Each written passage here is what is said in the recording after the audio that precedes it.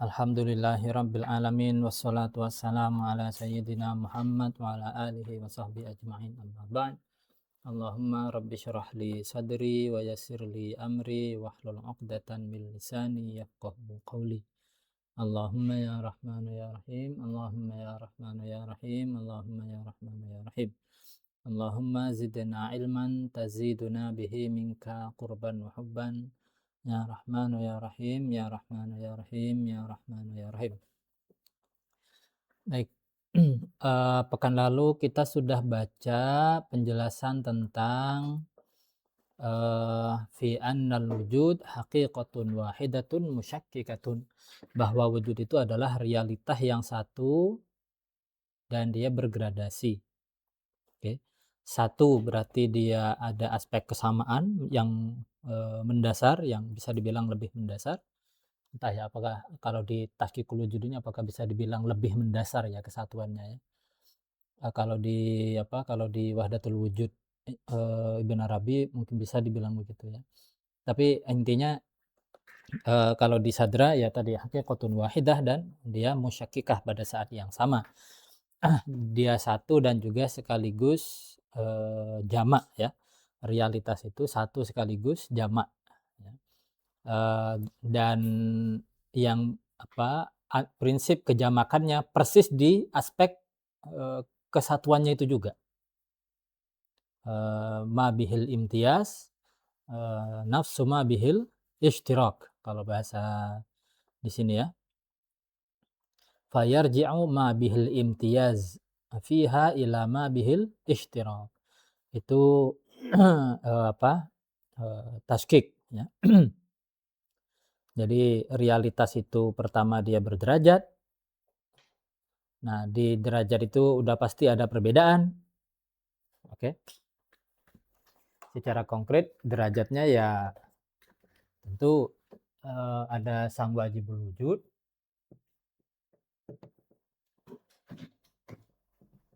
Kemudian nanti ada alam akal.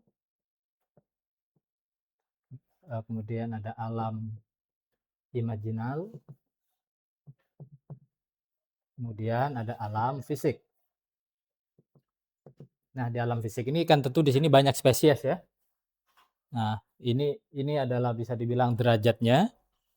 Ya, jadi wujud itu adalah satu realitas berderajat. Oke. Nah, ini kejamakannya. Oke.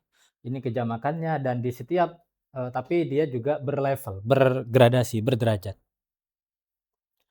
Nah, tapi kita mesti memahami ini bukan seperti misalnya ya tapi hampir nggak ada perbedaan ininya ya, intensitas atau apa. Ya mirip kayak bangunan di lantai 2, lantai 3 dan seterusnya. Ini kan ada level, tingkat, tetapi dia kan bersinambung, ya nggak? Dari lantai 2 ada tangga ke lantai 3 ada dan seterusnya begitu.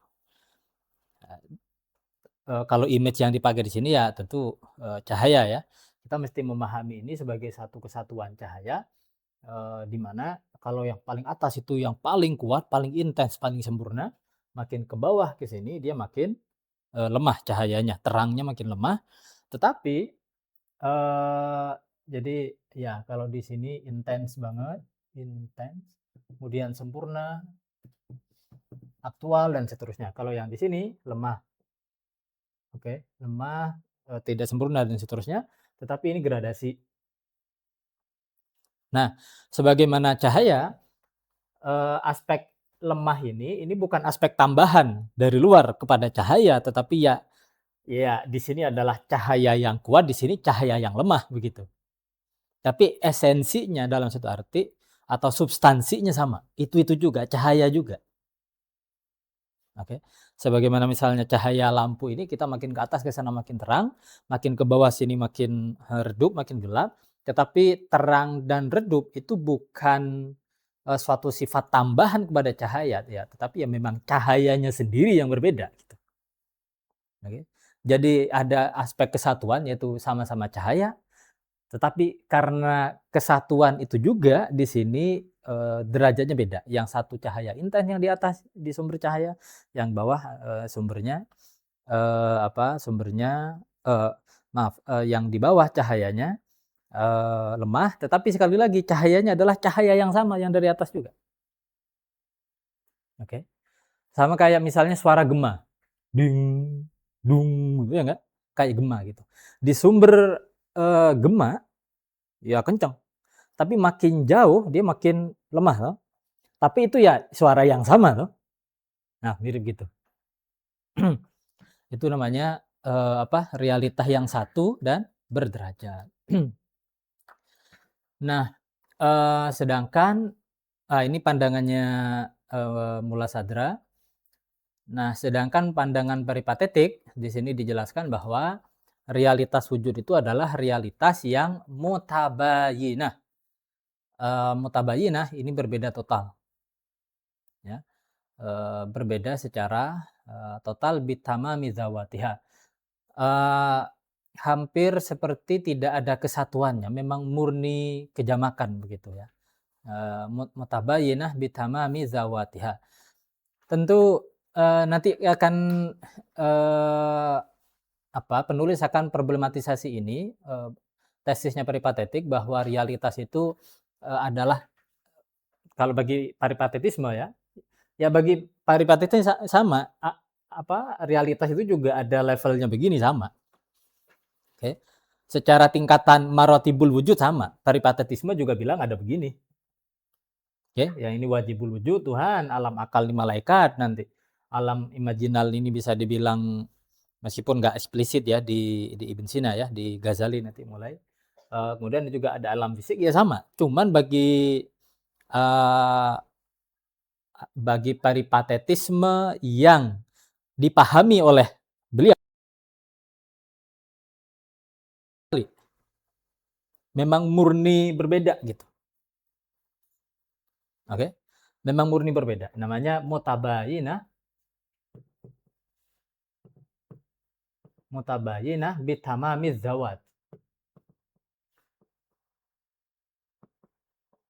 Berbeda total. Jadi klaimnya peripatetisme sekali lagi menurut di sini, realitas itu jamak dan berbeda secara total. Jamak kan belum tentu berbeda toh. Seperti warna hitam misalnya, hitamnya rambut kita hitamnya dengan ini, ya secara entitas ya memang ada dua hitam katakanlah hitamnya, ya rambut kita kan banyak tuh, hitamnya banyak ya enggak? Atau kalau lagi putih kita bilang ubannya banyak, ya enggak? Tapi putihnya ya putih yang sama. Oke. Nah, ini klaimnya di sini peripatetisme digambarkan bahwa mereka percaya bahwa realitas itu bukan hanya jamak sekali lagi tapi totally distinct. Ya. Totally distinct. Nah, sebagaimana biasa, problem historisnya adalah ini siapa yang bilang berpendapat begini? Siapa yang berpendapat begini? Apakah Ibn Sina bilang begitu? Di teks yang mana? Konteksnya apa dia bilang begitu? Oke, kita jangan buru-buru nerima ya ini peripatetisme bilang begini menurut ya ntar dulu kita lihat dulu ini Al-Lamah nggak ngasih rujukan sama sekali ini. Oke, itu problem historis. Nah, aku sempat cek di Ilahiyat memang ada semacam ya pernyataan yang mendekati begitu, tapi nggak ketemu yang di Ilahiyat ya. Yang pernyataan yang mendekati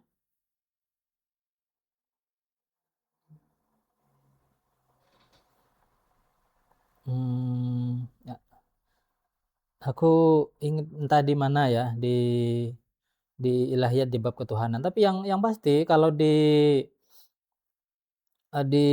mana di Ta'liqat kayaknya Ibn Sina nggak berpendapat begitu gitu.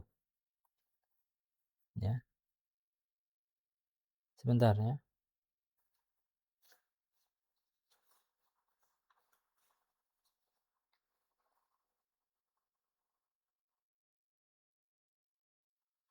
Nah, menariknya misalnya Ibn Sina bikin pernyataan begini. Fawujudu hadhis suwar, adanya forma-forma ini, ya ini kan forma semuanya ya, alam akal ini form. Form itu sederhananya aktualitas saja. Ya. Ini kan form, ini juga form, di sini juga form. suwar, forma. Kata Ibn Sina, wujudu hadhihi suwari anhu huwa ilmuhu bi annahu mabda'uha. Adanya forma-forma ini dari Tuhan itu identik dengan pengetahuan Tuhan. Jadi di sini sang wajibul wujud dia identik dengan pengetahuannya, ya, karena dia secara ontologis dia sederhana, pengetahuannya identik dengan dirinya. Kemudian di sini Ibn Sina bilang bahwa forma-forma ini sebenarnya identik dengan pengetahuan ini. Oke. Forma. Oke. Nah, jadi jadi kita mengatakan bahwa Tuhan tahu kita itu bukan berarti ada kita dulu baru kemudian Tuhan mengetahui kita, ya. Bukan kayak misalnya Ramdhani ada duluan, kemudian setelah sekian lama kita ketemu di Win, oh kemudian aku tahu ada yang namanya Ramdhani misalnya. Ya kalau kayak gitu nanti Tuhan pasif dong. Enggak. Tapi juga bukan berarti bahwa dia mikirkannya dulu baru kemudian menjadi ada kayak kita kalau berencana. Oke, karena itu menunjukkan ada suksesif, ya enggak? Ada suksesi di situ. Aku berencana nanti mau bikin es teh misalnya, sekarang es tehnya belum ada. Enggak, tapi Ibn Sina bilang bahwa pengetahuan eksistensi ini, adanya forma-forma ini sebenarnya identik dengan pengetahuan Tuhan. Atau pengetahuan Tuhan bahwa dirinya adalah sebab bagi forma-forma itu.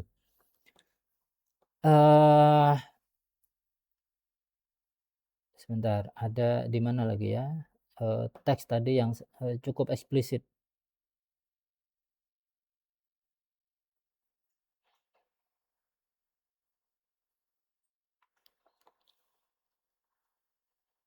Nah, ini. Wujudu hadhihi suwar allati 'indahu anhu huwa nafsu ilmihi bi annahu mabda'un laha. Ya mirip kayak tadi ya. Adanya forma-forma ini yang di sisinya dan forma-forma itu berasal atau teremanasikan dari Tuhan, yaitu identik dengan pengetahuan Tuhan bahwa dia adalah sebab bagi forma-forma tersebut. Jadi Tuhan mengkontemplasikan dirinya, kata Ibn Sina, dan sekaligus dia mengkontemplasikan dirinya, dia sadar bahwa dia adalah sebab bagi segalanya, dan di saat dia sadar atau berkontemplasi bahwa dirinya adalah sebab bagi segalanya, segalanya ada, barengan juga. Oke. Fahadhil ma'kuliyah hiya nafsu hadzal wujud. Jadi fakta bahwa realitas ini intelligible oleh Tuhan, yaitu identik dengan eksistensinya. Jadi dalam satu arti ini agak idealis di sini kalau di bahasanya Berkeley, ya. Esse e percipi kalau kata Berkeley, ya. Esse es percipi. Ada itu di persepsi. Oke. Kalau di Ibn Sina, wujudnya segala yang ada ini di inteleksi, dipikirkan oleh Tuhan. Nah, esse es percipi. Jadi wujudul mumkinat itu identik dengan fakta bahwa dia intelligible bagi Tuhan. Pertanyaannya, sekarang kalau dengan metafisika yang begini, masih haqaiq mutabayyinah enggak?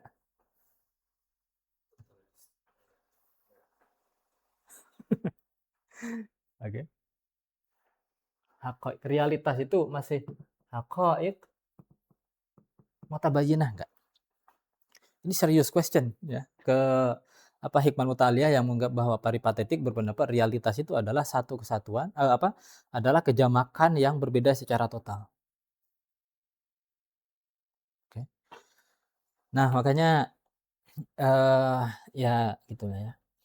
Kita tidak ini bukan problem filosofis bagi tesisnya Allamah Tabatabai ya, bahwa realitas itu satu bergradasi, itu masalah filosofis yang lain ya. Tapi apakah benar bahwa posisi peripatetik dalam hal ini digambarkan sebagai sistem di mana realitas itu dianggap jamak dan di mana entitas-entitasnya berbeda secara total gitu. Oke. Nah, itu hal lain ya. Itu pertanyaan basic gitu ya. Aku pernah ngobrol sama Mas siapa? Fariduddin Attar itu. Dia juga, iya saya penasaran itu apa maksud di bensin itu di ta'liqat itu. Masih jarang yang bahas ini paragraf-paragraf ini. Oke, apapun. Sekarang kita akan bahas argumen bagi tesis bahwa realitas itu satu dan bergradasi. Ingat bahwa argumen itu bisa digolongkan dua macam ya, dan di sini Allamah itu nyampur antara ya wajar ya kayak orang kayak Spiderman lagi bertarung gitu ya, kadang dia bertahan sekaligus menyerang, kayak gitu. Kadang udah susah dibedakan ya, mana argumen menyerang, mana argumen konstruktif untuk membela diri ya. Sekali lagi, sementara ini kita terima dulu bahwa menurut peripatetisme realitas itu jamak dan berbeda secara total. Nggak cukup bilang jamak ya, karena bagi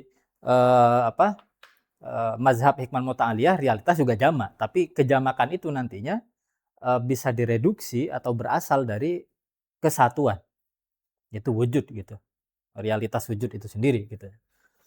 Jadi tesis peripatetik ya, bahwa realitas itu jamak dan berbeda secara total.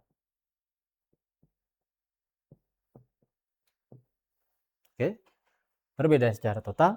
Yang kedua, tesisnya Sadra atau Hikmah Muta'aliyah, realitas itu satu sekaligus jamak bergradasi. Kalau bergradasi udah pasti jamak ya.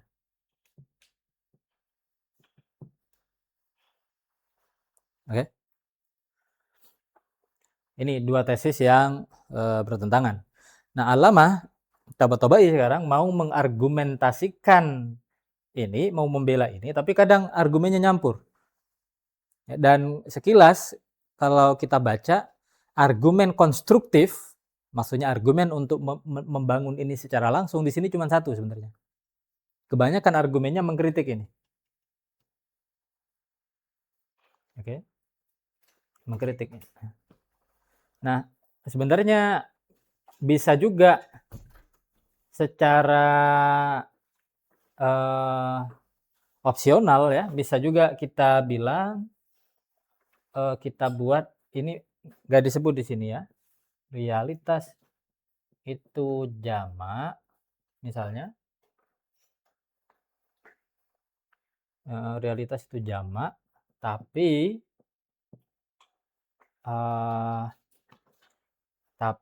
bisa nggak ya kalau diformulasikan begini, dilihat sebagai satu, bisa nggak ya kalau begini ya?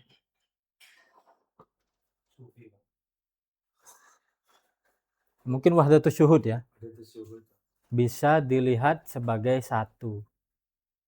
Mau tahu gimana memformulasikan pandangan peripatetik yang lebih adekuatnya? Enggak, kalau ini kan masih dominan realitas pada dirinya jamak misalnya, tetapi kita ya, jadi kesatuannya di pikiran aja, di secara epistemik. Kesatuan itu bukan di pikiran, real. Iya, objek kayak cahaya. Kesatuannya itu real. Metafisik, ontologi. Gitu. Oke. Oke. Kita baca ya. Wal haqqu annahu haqiqatun wahidatun musyakkikatun. Yang benar adalah bahwa wujud itu atau realitas adalah apa? Haqiqatun wahidatun, adalah realitas yang satu dan bergradasi. Musyakkikatun, graded ya. Amma kaunuhu haqiqatan wahidah. Ini ingat bahwa tesis ini terdiri dari dua bagian ya. Pertama bahwa realitas itu satu, kemudian nanti dia bergradasi. Satu dan jamak. Oke. Ya, satu dan jamak. Sekarang yang mau diargumenkan yang ini dulu, bahwa realitas itu satu. Fali'annahu laulam yakun kadzalika. Fali'annahu, karena sesungguhnya wujud itu. Laulam yakun, kalau dia tidak kadzalika, ya demikian.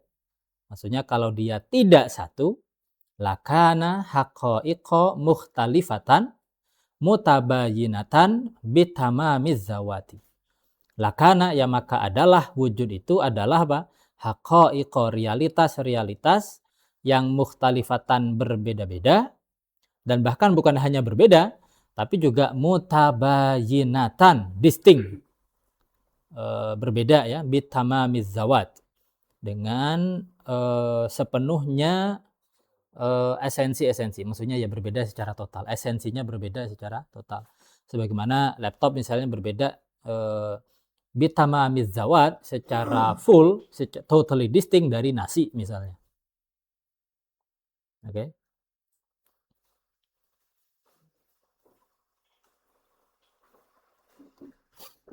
Oke.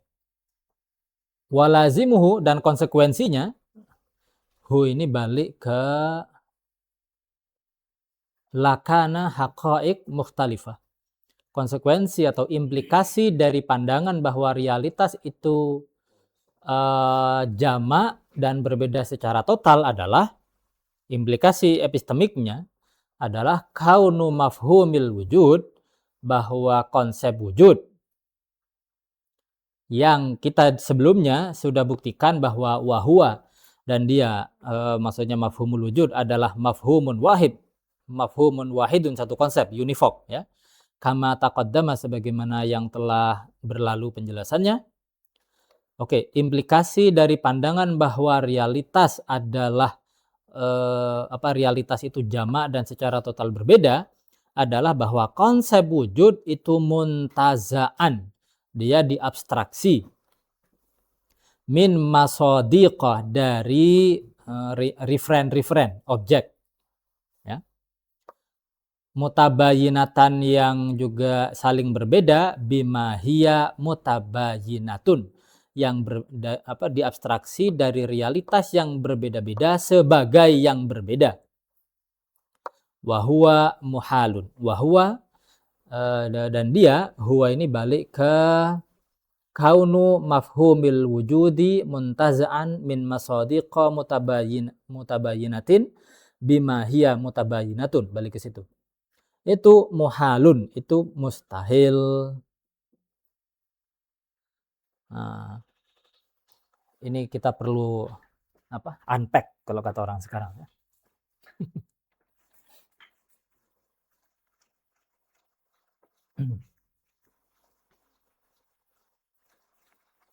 Mari kita aktifkan pikiran kita ya, jangan libur-libur terus ya. Intellectual holiday. Ta'tilul uqul ya. Intellectual holiday gitu. Anak-anak kampus itu kalau libur ya begitu biasanya, langsung ta'tilul uqul ya. Langsung mikirnya juga libur gitu.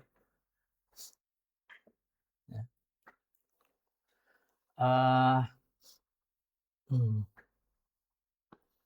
Ini semacam reduktio ad absurdum ya, karena tesis beliau adalah bahwa realitas itu satu.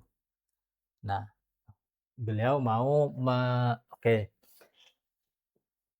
realitas itu satu versus realitas itu tidak satu. Oke enggak? Ini kontradiksinya begini. Nah, sekarang beliau bilang begini. Beliau mau tunjukkan bahwa, sekali lagi, ini argumen menyerang. Oke, ini bukan argumen bertahan, mempertahankan tesis ini, bukan. Ini argumen menyerang. Oke. Dan kita tahu ya, menyerang berbeda dengan bertahan toh, ya enggak?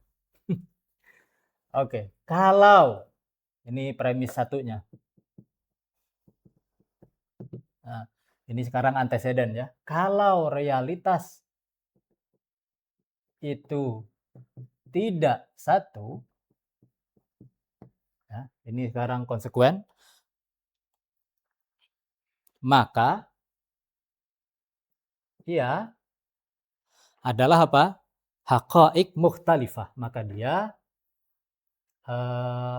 jamak haqa'iq, di situ implisit ya, haqa'iq jamak. Kalau satu ya kan dia bilang hakikotan wahidatan, ya enggak? Karena dia tidak hakikotan wahidatan, ya berarti dia adalah haqa'iq. Maka dia jamak dan berbeda secara total. Kalian sejak di sini, kalian sudah ngerasa ada problem nggak?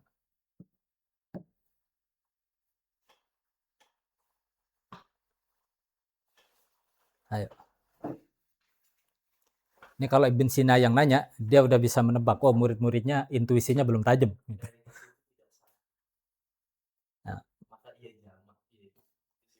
Nah, mestinya dia berhenti di sini, maka dia jamak, titik. Karena apakah kejamakan itu mesti berbeda secara total? Ya enggak. Enggak dong. Ya kejamakan bisa aja masih punya kesamaan. Ya enggak? Nah, kan ini kontradiksinya. Realitas itu satu, realitas itu tidak satu. Tidak satu ini kita beri term, oke, jamak. Enggak apa-apa. Tapi apakah yang jamak itu senantiasa berbeda secara total? Nggak mesti. Oke. Nah, tapi nggak apa-apa. Sementara kita terima dulu. Premis 2. Nah, mestinya dia nantinya di sini bakal bilang, padahal realitas tidak jamak ya, dan tidak berbeda secara total. Mestinya kalau mau komplit beliau bilang begini dulu. Oke? Kalau mau komplit. Tapi di sini banyak anti-mem ya. Di teks-teks filsafat yang begini ini banyak anti-mem. Banyak premis-premis yang dibuang. Makanya perlunya belajar mantik secara basic itu ya di situ. Minimal ya Alex Lanur kalau pakai bahasa Indonesia, atau ya Isa Guji kalau yang bahasa Arab. Karena yang ini nggak dibilang sama beliau. Sehingga nanti kesimpulannya apa? Realitas itu satu. Oke? Karena ini menegasikan apa? Oke, ini antecedent. Ini konsekuen. Oke. Karena premis kedua menegasikan konsekuen, maka kesimpulannya menegasikan apa? Antecedent. Oke. Mestinya beliau bilang begini. Nah, cuman yang krusial di sini adalah ya untuk kesimpulan ini ya adalah premis 2, ya enggak?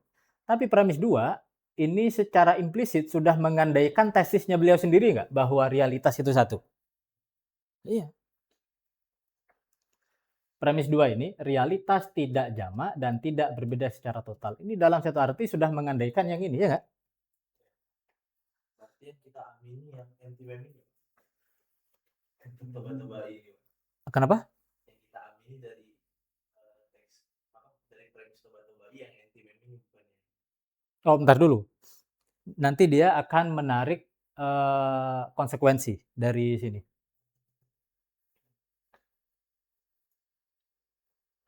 Sebenarnya kalau mau komplit argumennya begini ya. Nah, cuman cara beliau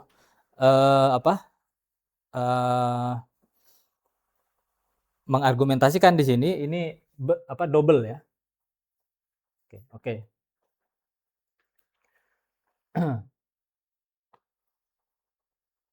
Oke, aku ulang lagi ya dari atas ya. Dari premis 1 lagi. Coba kita ikutin ininya beliau dulu. Kalau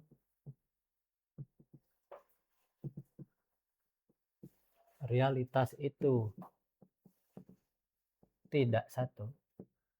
Di metodologi di teks-teks tentang metodologi filosofis ya, ini metode ini disebut armchair philosophy. Berfilsafat dari apa? Kursi ya kursi duduk ya. Kenapa ya? Karena kita nggak turun ke lapangan ngobrol apa macam-macam gitu. Ya, begitu. Matematikawan juga sama ya. Kalau realitas itu tidak satu, maka ia jamak dan berbeda secara total. Oke, ini anggaplah ini premis 1. Oke, sekarang ada premis 1B. Yang adalah konsekuensi dari sini. Yang beliau bilang tadi apa? Walazimuhu. Oke. Kalau realitas itu berbeda sorry. Kalau realitas itu jamak dan berbeda secara total,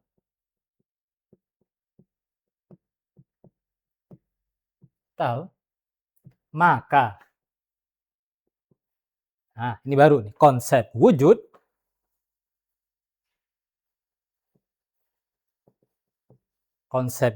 yang univok. Konsep wujud univok, sekali lagi univok artinya satu makna. Oke, itu apa? Diabstraksi dari realitas yang apa di situ? Atau dari referen aja ya.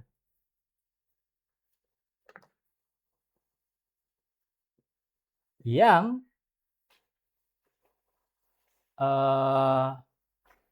jamak juga dan berbeda secara total.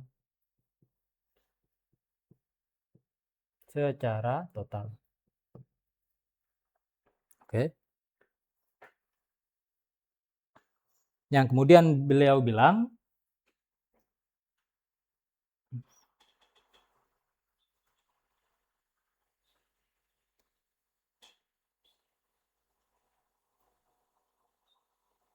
oh ya. 1C. Implikasi lebih jauh. Oke. 1C. Aku lanjut aja ya. Itu berarti implikasi dari 1B adalah ini terus ya. Implikasi berarti satu konsep di situ beliau bilang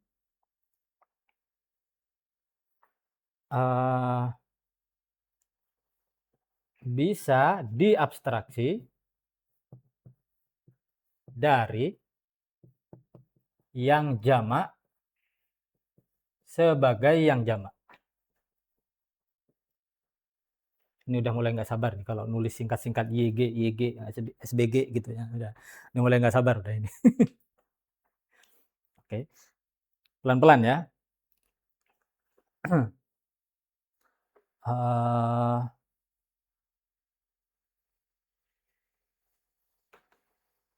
Diabstraksi dari yang jamak sebagai yang jamak.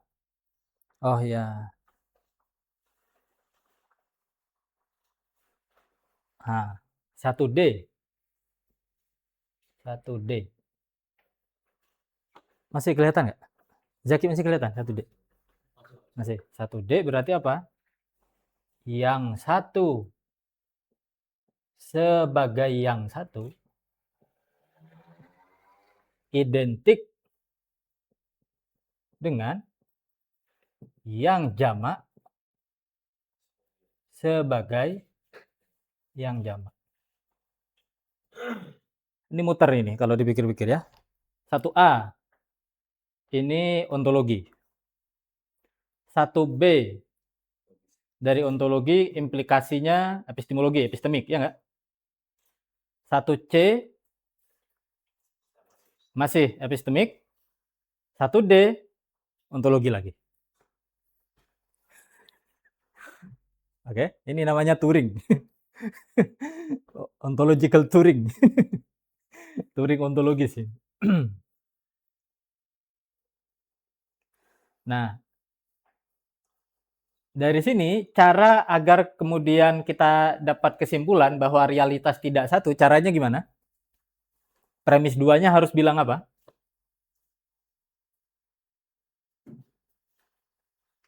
Ini kan masih premis 1 semua ini.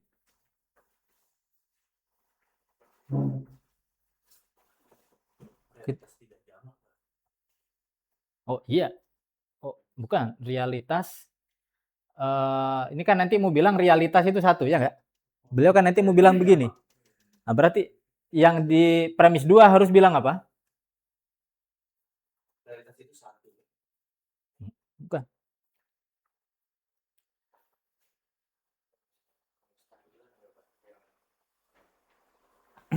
Kemustahilan yang mana? Nah, yang ini harus dinegasikan. Oke, ya. Premis 2-nya nanti harus menolak ini. Oke. Jadi premis 2 yang satu ini masih kelihatan nggak kameranya kalau aku bolak-balik kemana-mana? Masih. Oke. Berarti di premis 2-nya kita mesti menegasikan 1D. Oke, biar gampang. Premis 2, 1D kita tolak. Keliru. Yang implikasinya apa? 1C juga kita tolak. 1B juga kita tolak. Kita negasikan. Oke. Nah, kesimpulannya baru apa? Negasi dari 1A. Oke nggak? Bahwa realitas tidak satu itu salah. Atau realitas itu adalah satu.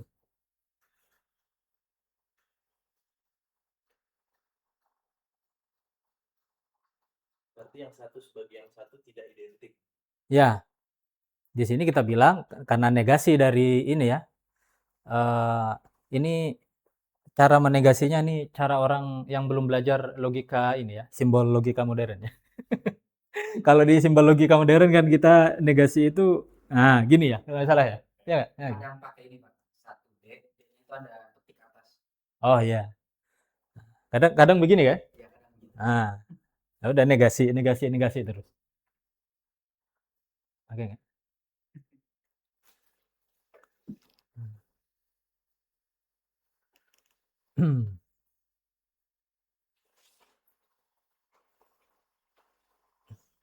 Nah, tentu ini ya gimana ya? Menurutku ini sudah agak berbeda sejak di sini masalahnya.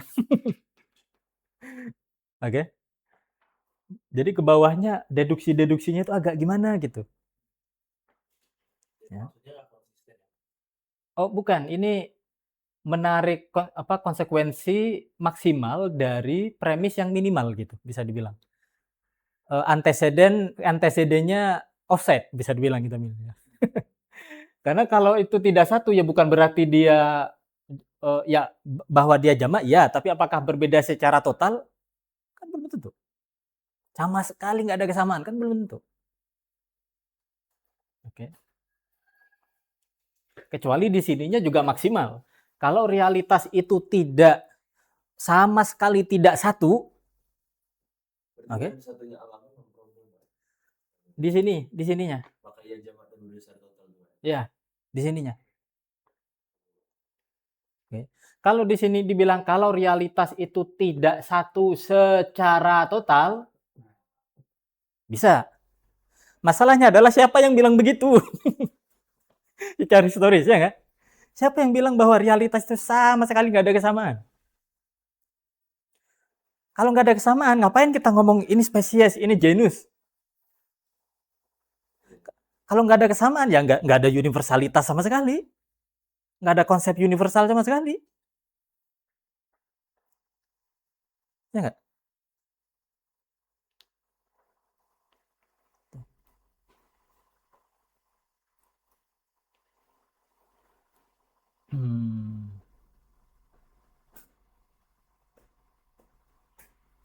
Nanti ada ada penjelasan mengapa menurut beliau konsekuensinya harus begini. Oke. Konsekuensinya harus begini.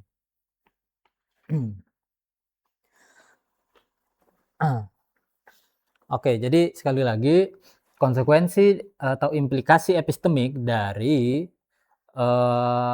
tesis bahwa realitas itu jamak dan berbeda secara total adalah bahwa konsep wujud yang univok itu, kata beliau, nantinya dia diabstraksi dari referen yang juga berbeda secara total. Ini keliru. Ya. Bayanul istihalati, penjelasan mengenai kemustahilannya. Nah, ini yang ini nih akan dikatakan ini sebenarnya bisa dibilang adalah argumen konstruktifnya beliau. Mengapa realitas itu satu? Wujud itu satu.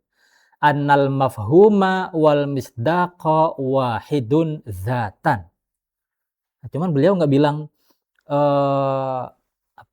nggak bilang ini argumen konstruktifnya gitu.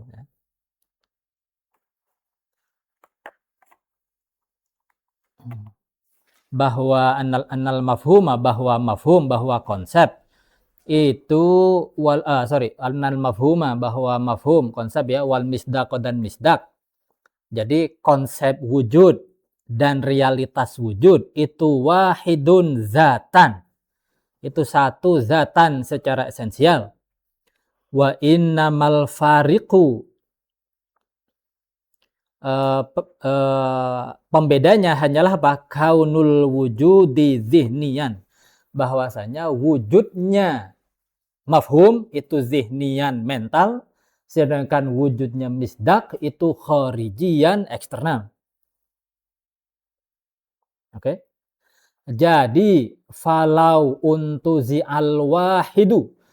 Nah, jadi di sini ini sebenarnya di premis di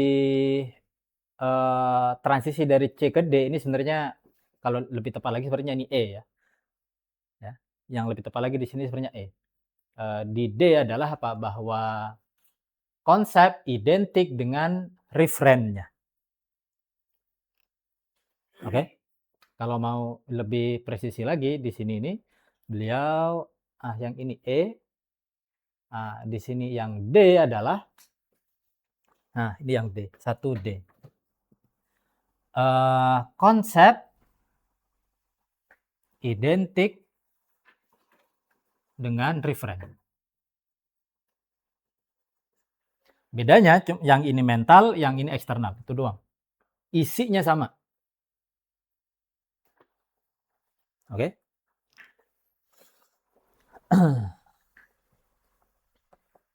Jadi falau untuzi'a, kalau diabstraksikan, al wahidu bima huwa wahidun, yang satu sebagai yang satu, minal kasiri, dari yang jamak, bima huwa kasirun, sebagai yang jamak, ya maka kanal wahidu, maka yang satu, bima huwa wahidun, sebagai yang satu, itu identik dengan kasiron yang jamak, bima huwa kasirun, sebagai yang jamak. Wahua, padahal bahwa yang satu sebagai yang satu itu identik dengan yang jamak sebagai yang jamak, itu muhalun, mustahil, kontradiktif. Oke. Ya, maka seterusnya dari asumsi awalnya ini juga kontradiktif. Oke.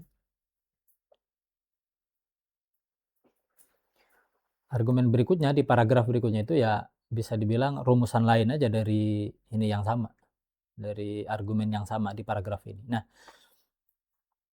aku mencoba merumuskan argumen yang konstruktif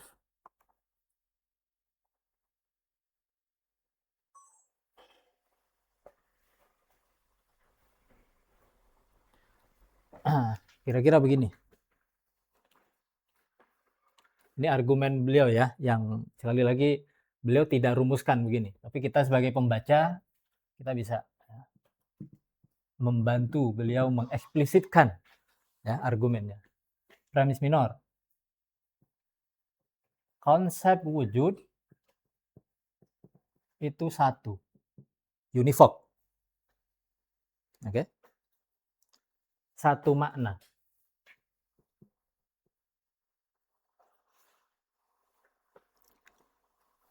Univok ya. Kemudian makna, ini premis mayor yang tadi yang tadi 1D itu, makna identik dengan referennya. Identik dengan referennya. Nah, berarti kesimpulannya apa? Ya, konsep wujud identik dengan referennya. Konsep wujud identik dengan referen. Yang kontroversial kira-kira premis yang mana? Ya, premis mayornya. Bahwa konsep wujud itu satu makna, ya jelas kita sudah diskusikan itu ya. Peripatetik juga setuju ini.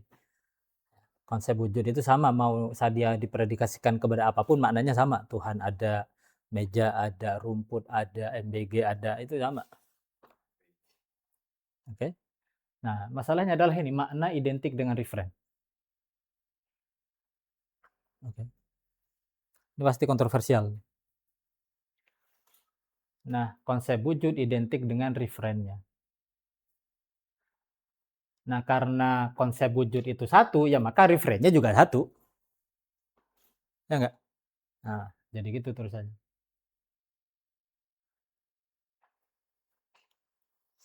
Yang memang beliau mau tekankan kan, realitas wujud itu satu. Oke. Kalau inspirasinya ini dari Ibn Arabi bahwa realitas itu satu, kayaknya nggak lewat jalur ini juga sih. Kayaknya nggak lewat jalur apa? Nggak lewat jalur abstraksi konsep. Kayaknya nggak lewat sini sih ya. Karena nanti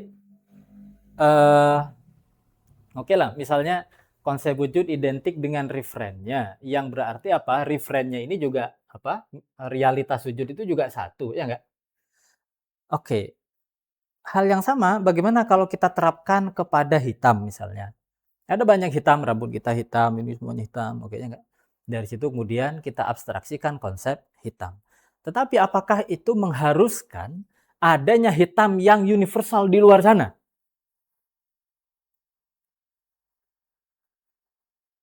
Oke. Apakah itu mengharuskan bahwa hitam itu sebenarnya secara mendalam dia satu gitu. Secara entah di level realitas yang mana dia satu gitu.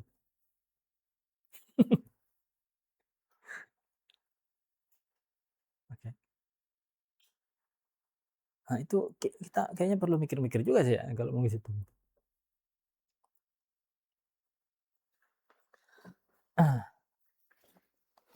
Jangan-jangan kesatuan kesatuan yang mau coba disasar oleh ya Ibn Arabi, kemudian mau diteruskan oleh Sadra, jangan-jangan di level yang berbeda gitu, yang bukan di level konsep dan abstraksi gitu. Ya. Oke, tapi nggak apa-apa, kita lanjut aja dulu ya. Wa aidan, dan juga lau untuzi'a, andai diabstraksikan. Naza'a itu ya seakar kata dengan kata dia lagi kondisi naza gitu ya, dicabut gitu. Abstraksi ya. Lawin tuzi'a, apabila dicabut, apabila diabstraksi, al mafhumul wahidu, konsep yang satu, bima huwa wahidun, sebagai yang satu, minal masadiqil katsirati, dari referen misdak ya, yang jamak, bima hiya katsiratun, sebagai yang jamak, maka konsekuensinya fa ini atubiro, apabila diperhatikan, dipikirkan, fi sidqihi, di dalam korespondensinya, apa yang dipikirkan, dipertimbangkan, khususiyatu hadzal misdaq, ciri khas referen ini, ya maka lam yasduk, maka ia tidak korespon.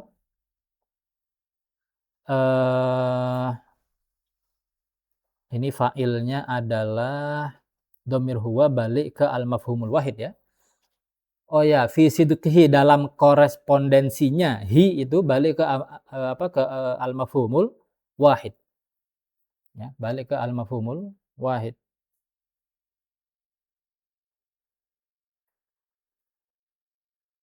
Oh ya, kalau di terjemahan Inggrisnya, it would not be predicable of a second referen. Oh, bahasanya gitu ya.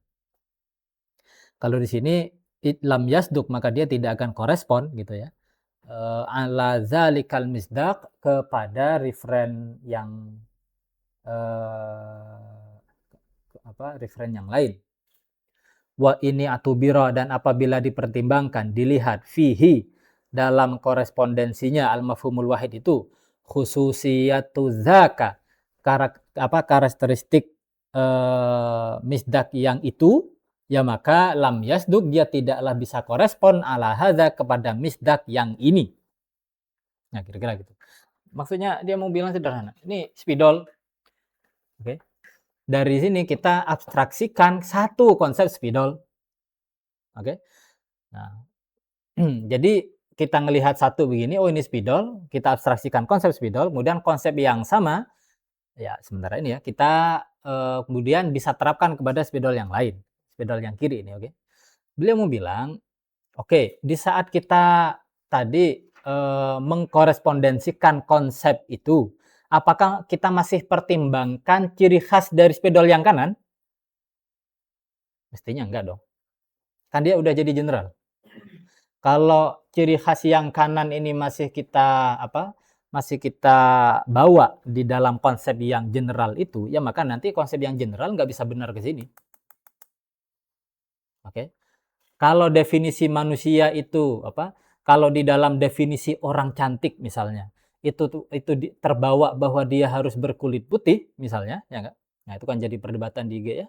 Nah, maka Helen of Troy di dalam film Odyssey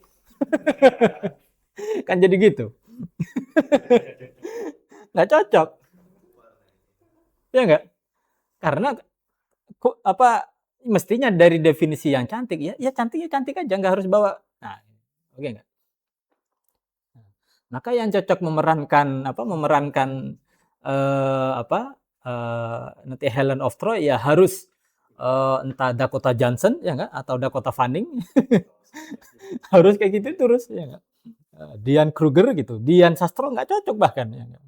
Oh, hidung pesek kan orang Yunani hidung ini gitu lah. Dan seterusnya ya enggak. Dan seterusnya. Nah, kalau contoh kayak gitu kalian cepat ngerti, cepat paham ya.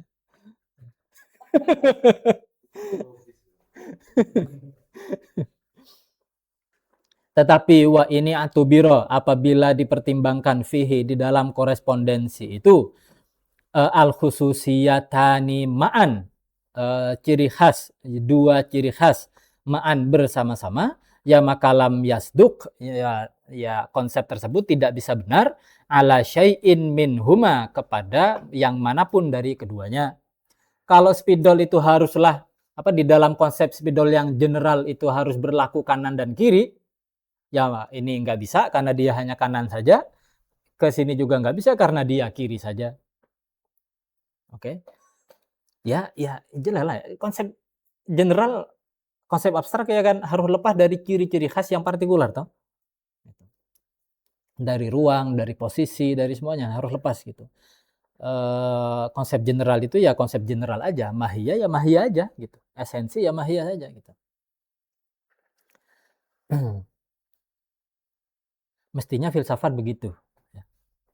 Nggak tahu kenapa kayaknya kita nggak pede ya. Aku nggak tahu apa Gigi Fari di IG mengasih judul ini metafisika Islam gitu. Ya dia sebenarnya sebagai metafisik ya metafisik aja. Ya nggak? Jadi kita nggak tahu ya yang sama jurusan kita juga UIN juga. Orang Islam yang minder apa orang Barat yang rasis?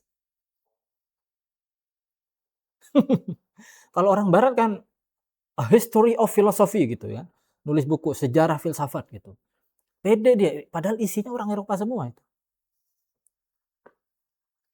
Oke. Heeh. Sedangkan kita kalau mau nulis ini filsafat atau bahkan di judul matkul filsafat India, harus ada Indianya gitu. Seakan-akan filsafat ini hanya benar cocok untuk orang India aja gitu. Ya nggak? Filsafat Nusantara, harus ada Nusantaranya gitu. Nggak pede kita bilang filsafat, isinya apa? Ronggo Warsito gitu, Siti Jenar gitu. Ya nggak? Nggak pede kita gitu. Mestinya begitu juga ya. Bisa nyampe ke situ ya pembahasannya. Oke. Wa illam yu'tabar, dan apabila tidak dipertimbangkan syai'un satupun minal khususiyataini dari ciri khas itu, sebaliknya, dan ya memang abstraksi itu cara kerjanya ya begini ya, balintuzi'ah, sebaliknya untuzi'ah diabstraksikan minal qadril mushtarak, dari aspek yang tersekutui bainahuma, di antara dua referen. Ya, sekarang yang kita abstraksikan ya ciri-ciri dia sebagai spidol toh, gitu. Ciri-ciri dia sebagai ya alat tulis saja. Apakah dia terlepas apakah dia di tangan kanan atau tangan kiri, mana yang lebih baru, itu semuanya kita abaikan. Kita nggak lihat. Ya. Ya maka lam yakun muntaza'an, dia tidaklah muntaza'an diabstraksikan minal katsiri bima huwa katsirun. Dia tidaklah diabstraksikan dari yang jamak sebagai yang jamak, bal bima huwa wahidun. Sebaliknya dia diabstraksikan dari yang jamak sebagai yang satu. Maksudnya yang jamak sejauh dilihat kesamaannya. Ya proses abstraksi yang memang begitu. Oke. Ya paripatitik juga sama. Pandangannya ya begitu. Kalkulli seperti konsep universal, al-muntaza'i yang diabstraksikan, minal jihatil mushtarakati dari aspek yang tersekutui, aspek yang sama, common factor gitu ya. Bainal afradi, di antara individu-individu, as-sadiqi ini sifat atau naat untuk al-kulli ya, yang berkorespon alal jami'i kepada semua misdaknya. Hadza khulfun, ini tidak benar, nggak tahu ini hadza ini merujuk kemana ini kemudian. Tapi poinnya sama ya, bahwa yang satu konsep general itu tidak bisa diabstraksi dari yang berbeda secara total. Poinnya mau bilang begitu. Oke, intinya. Sekali lagi ini kompleks ya, yang mungkin perlu defense, yang perlu pertahankan lebih jauh adalah yang ini. Makna identik dengan referen. Kalau kita lihat tadi di Ibn Sina, mengarah ke sini enggak? Wujudnya kosmos ini identik dengan fakta bahwa dia dipikirkan oleh Tuhan. Being esse es percipi. Oke enggak? Bahwa inteligibilitas kosmos ini ya tiada lain adalah fakta bahwa dia dipikirkan oleh Tuhan. Jadi isi pikiran Tuhan dalam satu arti identik dengan alam ini.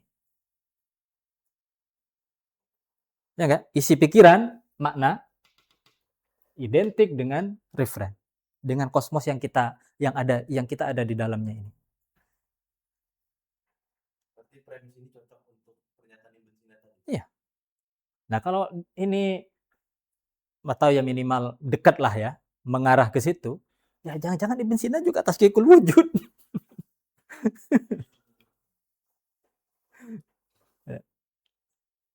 Oke, terlepas dari problem historis itu ya, itu perlu tahqiq. Nah, itu namanya tahqiq ya. Bukan tahqiq yang manuskrip ya. Tahqiq manuskripnya ya Anda ngumpulin manuskrip, dibandingkan kata-katanya, yang mana yang lebih make sense, selesai. Ini tahqiq akli ya. Tahqiq intelektual. Ya. Di filsafat terkenal ya Muhaqqiq Dawani misalnya. kalau di fikih yang muhakkik itu kalau di fikih Syafi'i An-Nawawi sama Ar-Rafi'i misalnya dan seterusnya.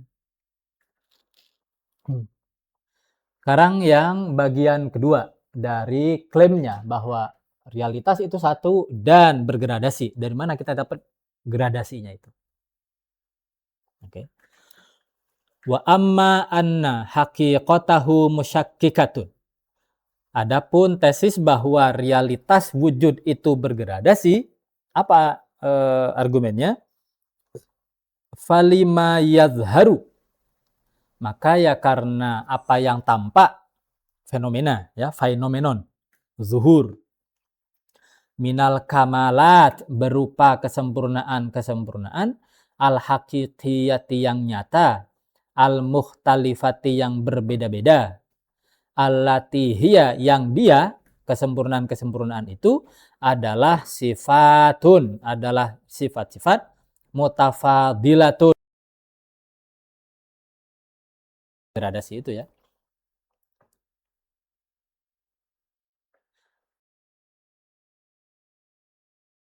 Telah keluar minal haqiqatil wahidah dari realitas yang satu itu, yang tadi yang sudah diargumenkan dalam itu konsep wujud itu satu makna identik dengan referen. Oke, berarti ya referennya juga satu. Oke. Yang tentunya masih perlu defense lebih jauh ya. Kasyiddati waddu'fi, seperti intensitas dan kelemahan. Bahwa realitas ini bergradasi sih kayaknya clear ya. Kita nggak terlalu kontroversial begitu ya.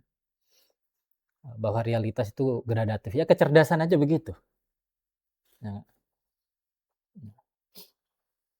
Wa taqaddumi wa ta'akhuri, keterdahuluan dan keterakhiran, posterioritas dan aposterioritas ya. Wal quwwati wal fi'li, dan potensialitas dan aktualitas, wa ghairi zalika, dan yang semacamnya dan selain itu ya.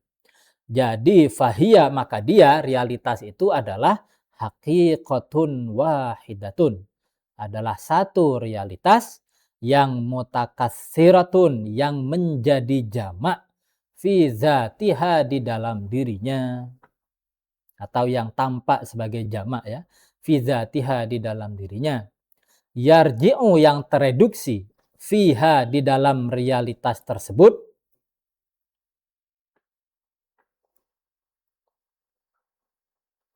apa yang tereduksi, kulluma bihil imtiyazu, kulluma, setiap hal, bihi, yang oleh karenanya, al imtiyazu, terdapat perbedaan. Maksudnya sebab-sebab perbedaan. Dia mau bilang begitu. Tereduksi ilama, kepada apa, bihi, yang oleh sebabnya, al-ishtiraku, terdapat kesamaan. Jadi sebab-sebab perbedaan identik dengan sebab kesamaan. Dia mau bilang gitu. Ya. Wabil aksi, dan sebaliknya. Sebab kesamaan tereduksi kepada sebab perbedaan. Karena wabil aksi dia bilang. Wahadha huwa tashkiku. Inilah tashkik, inilah gradasi. Kalau saya lagi, kalau gradasi sih kayaknya cukup ya, tidak terlalu kontroversial. Ya jelas lah, gaji aja gradatif kok ya. Gaji aja gradatif gitu. Berbeda ya. Berbeda jumlahnya ya, tapi sama sebagai gaji gitu. Nah, pertanyaan menariknya adalah implikasi politis dari ini apa ya? Jangan lupa bahwa demokrasi mengandaikan kesetaraan, kesamaan. Apakah kesetaraan itu make sense secara ontologis gitu? Kalau wujud itu gradatif, okay, apakah make sense? Kita mencita-citakan suatu komunitas politik di mana anggota-anggotanya kita anggap setara. Secara abstrak, apakah kesetaraan itu make sense gitu? Ya, kalau sebagai entitas sensus, statistik mungkin mirip ya. Tapi ya kosong, nggak ada isinya. dalam kenyataan, dalam ya nggak tahu ya di masyarakat yang demokratis mana yang kekayaan itu nggak ngaruh gitu dalam partisipasi politik gitu. Ada nggak sistem politik di mana akumulasi kapital tuh nggak ngaruh? Kalau di Indonesia nggak bisa. Itu ngaruh banget itu. Ya. Kebijaksanaan nggak ada harganya gitu. Oke. Ada kalau nggak salah disertasi yang coba memikirkan implikasi politis dari ini Sadra ini. Kalau kita balik ke sistem apa asumsi awal bahwa realitas itu gradatif pun juga jiwa manusia pun juga sifat-sifatnya ya secara terlepas dari apakah dia bisa dilaksanakan ya ini hal lain dulu terlepas dari apakah ini bisa dilaksanakan apa enggak ya entah masyarakat seperti seperti dicita-citakan Plato bahwa pemimpinnya adalah filsuf atau ya sistemnya sistem kasta terlepas dari yang terjadi ya kita ngomong ide aja dulu karena yang paling terang dia yang memimpin okay? Yang paling terang dia yang memimpin kalian pasti ingat bahwa kalau bagi Immanuel Kant yang rasio itu ibarat orang bisa melihat tapi dia lumpuh, okay? Sedangkan indera itu ibarat orang yang bisa berjalan tapi dia buta. Ya, kan image-nya gitu, analoginya gitu. Kalau kata René Guénon itu sebenarnya image lama itu simbol lama, simbol tradisional untuk menggambarkan hubungan antara orang bijak dengan eksekutor. Mungkin kalian lebih paham. Itu hubungan antara syuriah dan tanfiziyah. Nah. Antara dewan penasehat dan direktur. Ya enggak?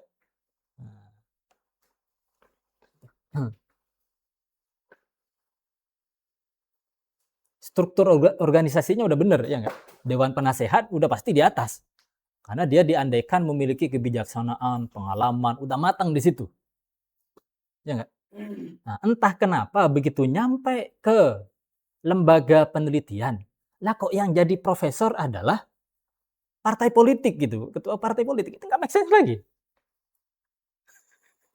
Ya kan? Nah, nggak make sense lagi gitu.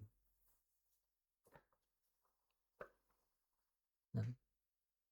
Oke, apapun itu hal lain implikasi politis, tapi kayaknya tesis bahwa realitas itu gradatif itu nggak kontroversial. Yang kontroversial adalah bahwa realitas itu satu. Ya. Ghazali jelas lebih memilih untuk menunjukkannya bukan melalui argumen begini, meskipun dia nulis Miskatul Anwar, kalau dia mungkin udah mas suluk aja mas gitu ya. Kalau kamu mau tahu di argumen begini pasti banyak celah mas gitu. Ya, mungkin dia bakal gitu.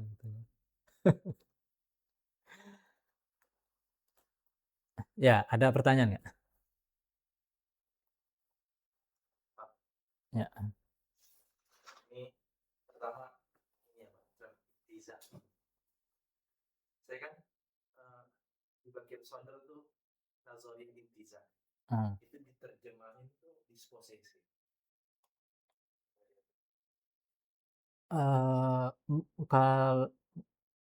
Kalau maksudnya posesi itu maksudnya apa? Saya juga kurang paham, tapi kalau di sini ini bahwa dia Nazorin Falasifah Al-Islami suratin amma.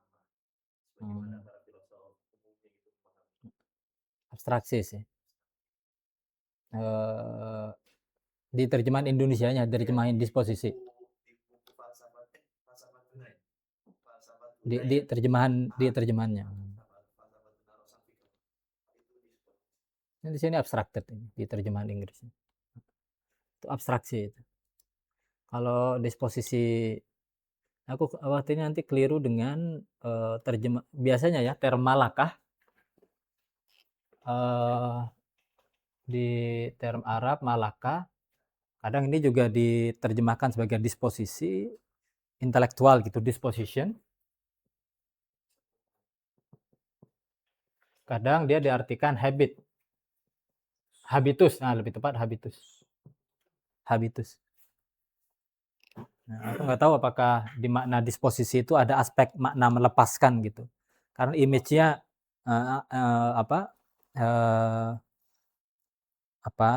image-nya begitu ya. Biasanya disebut juga tajrid. Tajrid wa ta'mim. Ini tajrid abstraksi dan generalisasi. Biasanya ini pasangan biasanya.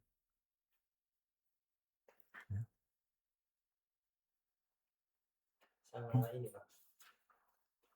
Kan tadi realitas itu jamak ada 3 Pak. Ada 3 konsep realitas itu jamak dan berbeda secara total, realitas itu jamak dan bergradasi, dan yang ketiga tadi realitas itu jamak tetapi bisa dilihat satu ya wadatu syuhud. Apakah pemahaman kita itu memang sebenarnya bertingkat kayak gitu? Pemahaman kita bertingkat maksudnya? Dari level tadi realitas itu jamak dan berbeda secara total, lalu bertahap sampai realitas itu jamak dan bergradasi, baru sampai bertingkat-tingkat sampai ke level yang 3 tadi, realitas itu jamak tapi bisa dilihat Ya Allamah Tabatabai pasti nggak setuju ya. Bagi beliau itu pilihan bukan tahapan bagi beliau. Itu ya pilihan disjungtif gitu. Kalau bagi beliau ya. Kalau Anda milih satu berarti Anda bilang yang nomor 2 keliru gitu. Ya.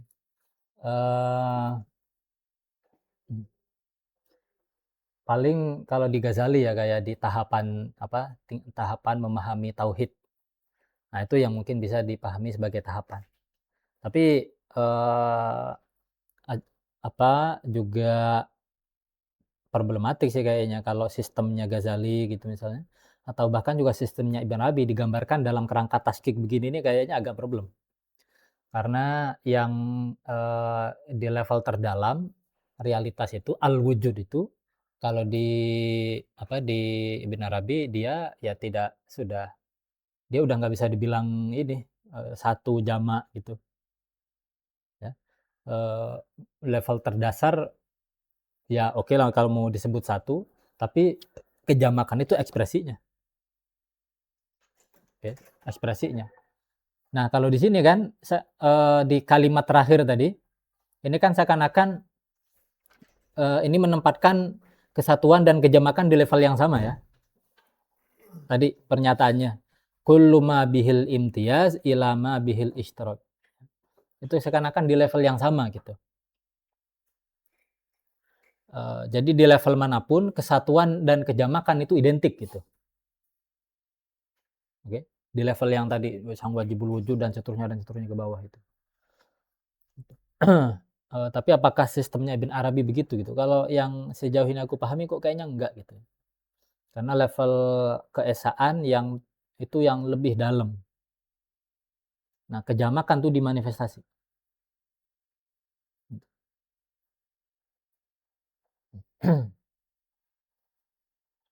Atau jangan-jangan juga ya ini masalah masalah rumusan aja jangan-jangan.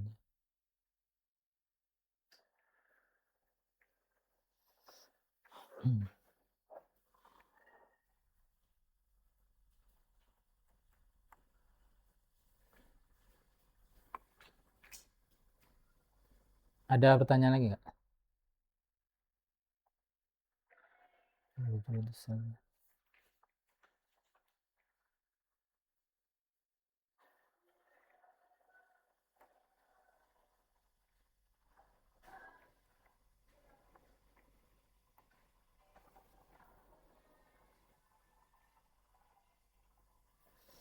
Oke, yang pasti ya kita belajarnya ini yang tahapan ya.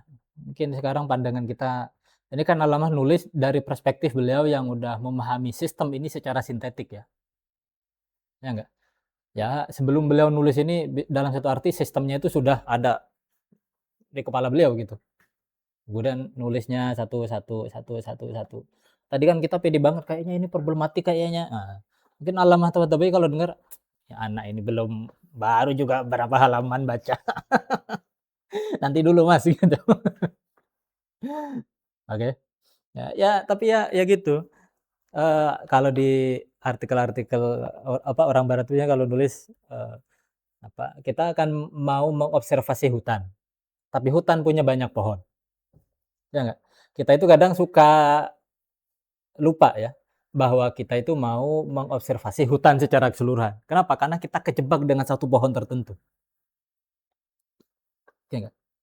Tapi kadang itu jarang sih, kalau di Indonesia itu jarang. Yang banyak kalau di kita adalah kita muterin hutan, terus ngomongin yang gede, terus tapi nggak pernah mengamati pohon-pohonnya satu-satu gitu. Oke. Ya ingat ya prinsip hermeneutik, ya, kalau kata Pak Faris dulu ngingetinnya. Kita nggak bisa memahami keseluruhan hutan tanpa kita memahami bagian-bagiannya, pohonnya satu-satu. Tapi kita juga tidak bisa memahami pohon-pohonnya tanpa memahami hutan secara keseluruhan. Sekarang ini kita kita mengobservasi dulu argumen per argumen satu ya nggak? Begitu udah nyampe akhir nanti coba kita dudukkan lagi. Coba kita baca lagi. Argumen satu-satunya masih problematik atau gimana? Oke. Itu namanya memahami sistem.